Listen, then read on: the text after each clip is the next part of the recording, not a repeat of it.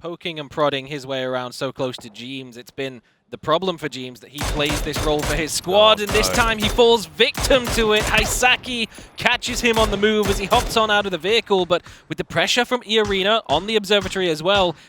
Which means that they're in the race, even if they don't have a huge amount of points. And Bleed, could they have a day like maybe what Legacy had yesterday, right? Legacy was a bit of an outside shot, even going into that last game. Right. They were able to win it, though. They had a pretty good final game.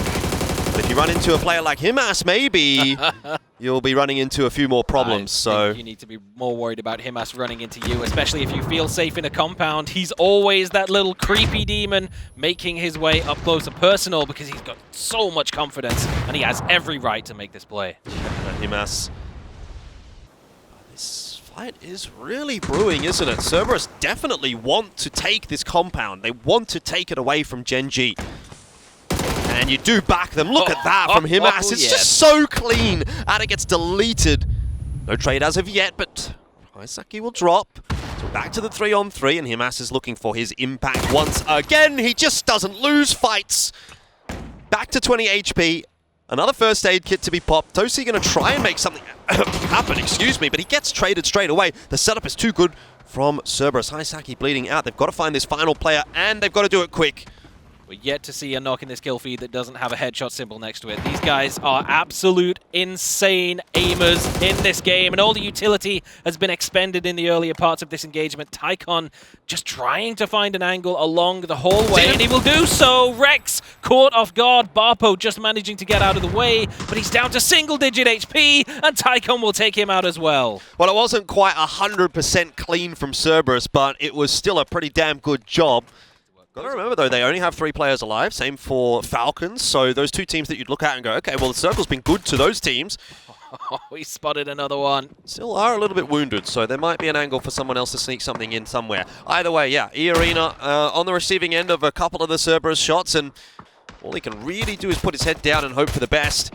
Cerberus, alongside Na'Vi and Bleed themselves, are doing enough damage to Bleed that that'll be the end of for any kind of opening. Yeah, remember as well that Cerberus have an angle on that. Taikonn was kind of keeping an eye on things, and here's Himass, who indeed is watching. The spray is not quite as clean as what he would have liked it to have been, but the nade, it'll come through too little too late. Even if it does catch Himass, which it won't, it doesn't go deep enough. He's found DiffX. Seems because after getting dogged down 3 times in the span of 5 minutes across 3 different games, they've decided it may not be worth it. Longska's had enough Taikonn. of Cerberus taking the absolute mick in this lobby. He's taken it into his own hands. You're kidding me! Taikonn with a barrel in his. That's an unbelievable shot. Iron sights, Taikonn under pressure, gets it done, and Sololzy will survive. Somehow.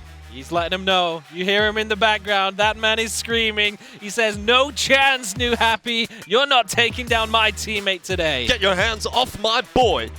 And yet, always they come out as strong. Maybe at most, HaiSaki will sacrifice himself, but he's happy to do so because he knows that just enabling the absolute gamers he has on his team is a recipe for success.